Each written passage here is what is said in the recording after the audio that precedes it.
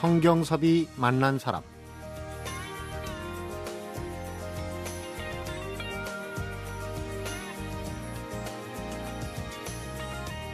언제든지 속을 수도 있고 누구에든 속을 수 있는 곳 중에 하나가 고미술품을 팔고 사는 장터라고 합니다.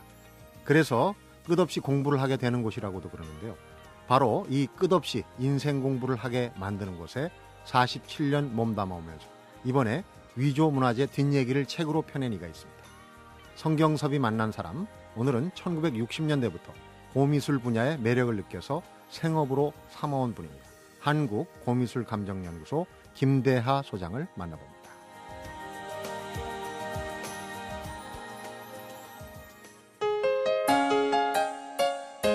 김대하 소장님 어서 오십시오.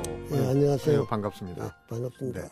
국내에서 몇 안 되는 위조 문제 전문가다 이렇게 소개를 해드려야 될 것 같은데 그 분야가 그만큼 어렵다는 얘기겠죠? 예, 상당히 어렵죠. 네. 근데 이제 특히 도자기 쪽에 그 전공을 하신 걸로 알고 있는데 예. 이런 궁금증이 우선 생겨요. 도자기가 평소에 보면은 이게 좀 어떻게 보면 생활 용기 아닙니까? 원래는 그렇겠죠. 실용적인 그런 그럼요. 부분이 있는데 그게 그렇게 값이 나가고 또 이 관상용으로 이렇게 말하자면 예술품으로 여겨지게 되는 그런 과정이 있을 것 같아요. 그렇죠. 그게 쉽게 말해서 골동품이라고 그러죠. 네. 막 좀 아름답게 포장하면은 고미술품. 그건 사실 뭐 골동품 그래야 구수한 맛이 나잖아요. 네. 쾌쾌하면서도. 그래 그게 이제 골동품인데 이게 우리나라 역사와 함께 이 발전해 왔지 않습니까? 네. 토기부터 질그릇부터 그러니까 거의 뭐 수천 년 전부터 뭐 토기 시대 지나서 자기 시대를 넘은 청자 시대. 네. 그게 벌써 1000년이 넘었지 않습니까? 1000년이 넘었어요. 네. 8세기 말설도 있고 9세기 설도 있고 그약 1000년 됐다고. 그리고 나서 분청 시대 지나서 조선 이제 백자 시대로 네. 이렇게 됐는데 그 당시는 이게 미술품이 아닙니다. 생활 용기로서 기념성 위주로 만들었잖아요. 네. 뭐 밥그릇이라든지 물병이라든지 술병도 술병, 술주전자, 뭐 술잔 등등 그래 기념성 위주로 만들어졌는데 그러니까 가치가 기념성 가치가 우위에 있었죠. 그렇죠. 그렇죠. 그래 이제 일반 미술품 하는 거 그림이나 회화나 뭐 글씨 이런 미술품은 처음부터 아름답게 만들고자 이제 그리는 거잖아요. 네. 그래서 처음부터 미술품으로 태어났고 도자기는 처음부터 미술품으로 태어난 게 아니고 기능성 가치로서 태어났단 말이에요. 네. 그렇죠? 그것이 세월이 흐르고 깨지고 없어지고 이렇게 이제 현대에 와서 이제 몇 안 남았단 말이에요. 거의 사라지고. 귀해지니까. 그래서 귀해지고 하니까 거기서 희소 가치가 느껴지고 그것이 이제 아름답게 보인다. 네. 그래서 미술품화 됐는데 미술품화되고 나선 기능성 가치는 축소 또는 소멸돼 버린다. 네. 이제 미술적 가치만 남아 있는 거야. 그렇지 않아요? 그렇죠. 예를 들어서 고려 청자병 1억짜리 뭐 1000만 원짜리 하더라도 거기다가 이제 술 담아서 술잔 묻고 니 한 잔 나 한 잔 이러다 깨버리면 어떡합니까? 그렇게 쓰지는 않죠. 안지요. 네. 그러니까 그건 이제 모셔놓고 감상하는 거 아니겠어요? 미술품으로 감상하는 거야. 네. 그래서 미술품화가 된 겁니다. 그 중에서 이제 하도 가짜가 많으니까 진품을 식별하는 그 식별안이 굉장히 중요한데 특히 이제 도자기 전문가시라고 그러니까 이렇게 딱 그 진품이 나왔을 때 속된 말 척 보면 아십니까? 그렇죠. 지금은 척범 알죠. 어느 정도는 하면요. 흑인, 백인 구별하듯이 네. 그 정도 그렇게 됩니다. 명료하게. 그렇죠. 그 얘기를 한번 오늘 요령을 저희가 배울 수 있을지는 모르겠지만. 근데 그 척범을 알아도요. 네. 그게 구체적으로 장담하려고 그러면은 그냥 척 보고 아는 거는 상인들도 척 보면 알아요. 네. 과학적으로 그걸 알아야 됩니다. 그러니까 단순하게 본다고 해서 그 소위 말하는 그 주관적인 그 감정과 네. 객관적이고 과학적인 감정은 좀 달라요. 요즘은 과학 기자재에 의해서 감정하는 게 있거든요. 네. 현미경이나 또는 내시경이나 또 나아가서는 뭐 탄소, 동위원소, 연대측정법 등등 그냥 책보 알지만은 그걸 객관적으로 증거를 대려면 증거하려 그러면 그런 과학적인 기사직이 있어야 돼요. 입증을 해야지 그렇죠. 되는군요. 그 진품이나 명품을 가리는 이 이제 프로그램 같은 거 보면은 우리는 이제 좀 세속적이지 않습니까? 그 뭐 도자기에 나왔을 때 진짜다 가짜다를 가격이 이제 탁탁탁탁 올라가서 뭐 100대가 되고 1000만 대가 되고 그러면 사람들이 깜짝 놀래고 그러는데 그 이제 수치로 예, 예. 가격으로 표시하는 거죠. 근데 그만큼 이제 그 진품에 대한 뭐랄까 이 논란이 많고 또 믿을 수 없게 된 게 이유가 있을 것 같아요. 요즘에 따라. 그렇죠. 그런데 비단 이 골동 세계뿐만 아니고 어떤 사회든 위조와 진품 있지 않습니까? 네. 요즘 뭐 하기도 위조가 많다 그러는데 그 정도로 이제 위조가 판을 치고 있는데 조금 전에 이제 말씀하신 바 뭐 가격이 100만, 1000만 원 뭐 이렇게 넘어가는 게 신기하죠. 신기하지만은 그러한 가격 책정은 혼자서 하면은 상인들이 주고받고 할 때, 팔고 사고 할 때 혼자서 할 수 있는 거지만은 객관적으로 감정에 임해서 가격 감정한 다음에 혼자서 되는 게 아니고 혼자서 하더라도 과학적인 근거가 있어야 돼. 그 저희 감정연구소는 이제 한 전 세계 경매회사, 우리나라 경매회사 또 미술협회가 탄생 이후에 쭉 경매한 도록들 모아서 한 10,000점 가까이 그 가격을 데이터베이스 화식이 났습니다. 간단치가 않군요, 그게. 예, 그렇죠. 상당히 오래 걸리죠. 저도 이 데이터베이스 하는 데만 해도 우리 조교하고 이제 3년 걸려서 한 건데. 네. 그래서 거기다가 준해서 비교해서 요런 형태, 요 물건은 과거에 몇 년도 어느 경매에 얼마에 팔렸구나. 또 요게 그거와 상태가 어떻다. 비교해서 컨디션이 차이가 있다, 없다에 따라서 객관적으로 이게 얼마짜리 되겠다는 것이지 얼마입니다. 혼자서.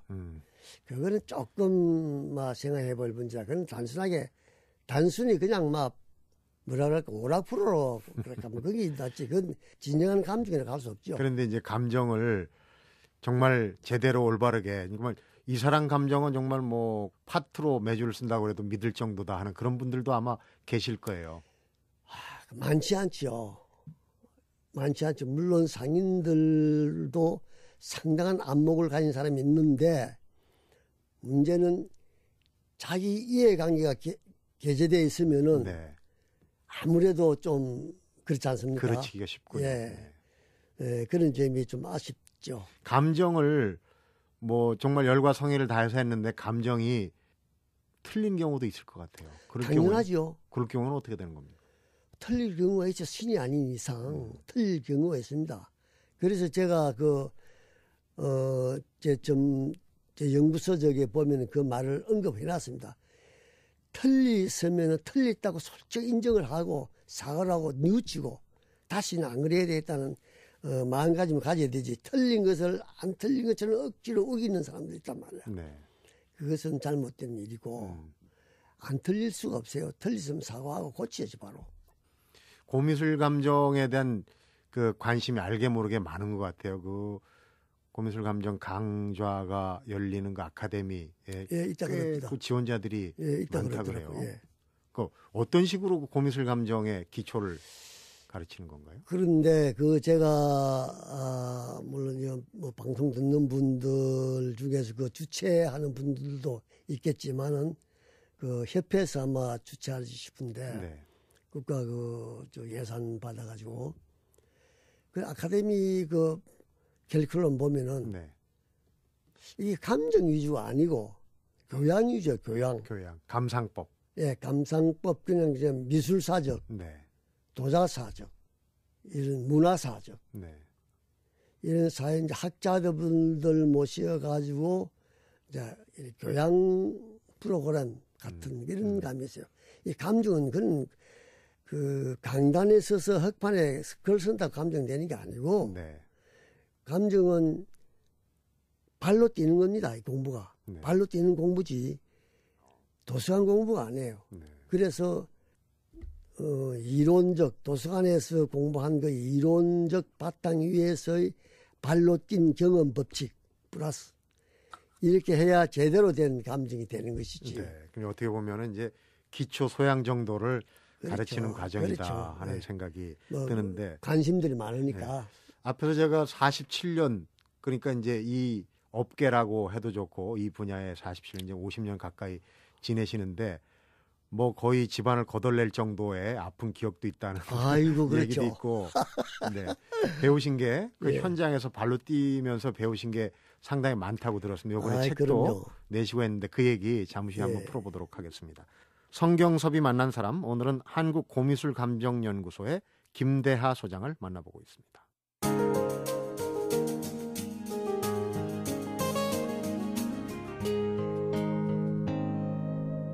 성경섭이 만난 사람.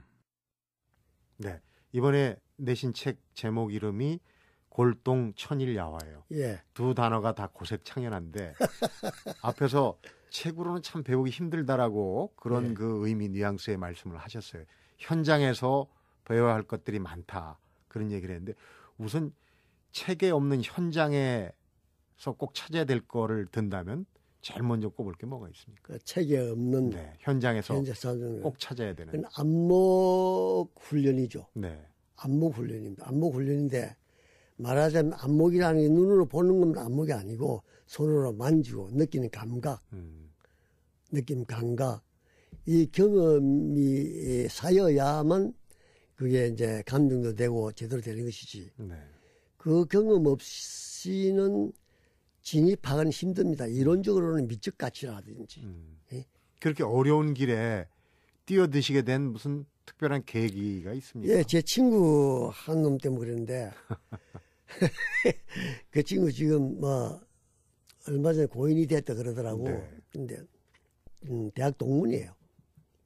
그 친구로 인해서 이제 이 업계에 들어왔죠. 이 바닥에 들어왔는데 또 그 친구로 말미암아 제가 정말 경험해서 안 될 경험도 해봤고 네.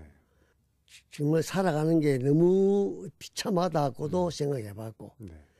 그러니 이제 이 업계에 있는 사람을 한 사람 두 사람 알게 되니까 또 같이 어울려서 돌아다니게 되고 네. 그래 점점 이제 그 묘한 기분에 빠지더래요. 참 묘합니다. 이제. 처음에 그러니까 마음을 두었던 골동 고미술품이 있었습니까? 그러니까 우리 소장님을 좀 그 혹하게 만들었다가 나중에 큰 재산적인 예, 그렇죠. 손실을 입힌 그 혹시 미술품이 생각이 나십니까? 그러니까 이 친구 때문에 그런 게 아니고 이 친구 때문에 그런 게 아니고 이 친구하고 헤어지고 나서 네. 내가 본격적으로 이 업에 뛰어들었을 때 네. 뛰어들고 한 1년, 2년도 채 못 됐을 것 같아. 네. 그때 제가 그 금관을 하나, 신라 금관을 하나 샀어요. 신라 금관을 진주에서 그것도 추석날 바로 전날 가가지고 추석 차례도 못 지나고 그래서 고생하면서 샀는데 그게 가짜야 가짜. 그게 위조품이었다고. 네. 안목이 그때는 없었을 없었죠. 때네요. 그 뭐 한 1년 정도밖에 안 됐는데 안목이 있을 때 도자기도 제대로 못 보는데 딱 어려운 금속을 제가 어떻게 봅니까? 그래서 바가지를 섰지 이제. 얼마짜리입니까? 요즘 시세로 요즘 가치로 말하자면 아마 한 2, 3억 안 됐겠어요. 2, 3억. 예. 금관인데 네. 지금 만약 금관 그런 게 있으면 뭐 몇십억 하죠. 소장님이 지불한 돈이 2, 3억 예, 정도. 2, 3억 됐다. 정도 지금 돈으로 따지면은 뼈 아프네요. 개인적으로 그런 순환사도 있지만 사실 우리가 국보로 지정된 새로 발굴이 돼가지고 예. 그랬는데 나중에 알고 보니까 가짜다. 이거 그 뭐 벌써 한 사건도 많아요. 예, 황야 총통 말씀이 뭐인데